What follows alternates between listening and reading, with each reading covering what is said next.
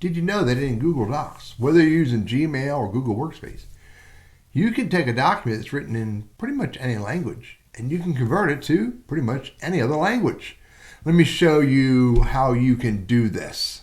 So it's really pretty easy. You're looking at the document, you click on Tools, and there's Translate Document.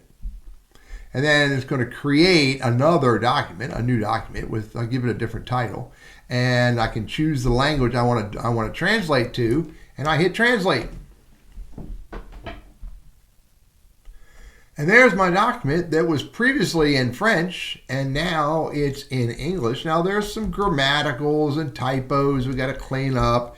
Nothing too significant. I'm not sure why these issues occurred, but they're not going to be, again, not too hard for me to clean up. And once I clean up the typos that I have, then I've got a pretty nice looking document that was in French, and it's now easy for me to read because it's been translated to English. I'm Teddy, your Google Workspace and Gmail guy. Again, it's under Tools, Translate. I hope this is helpful for you.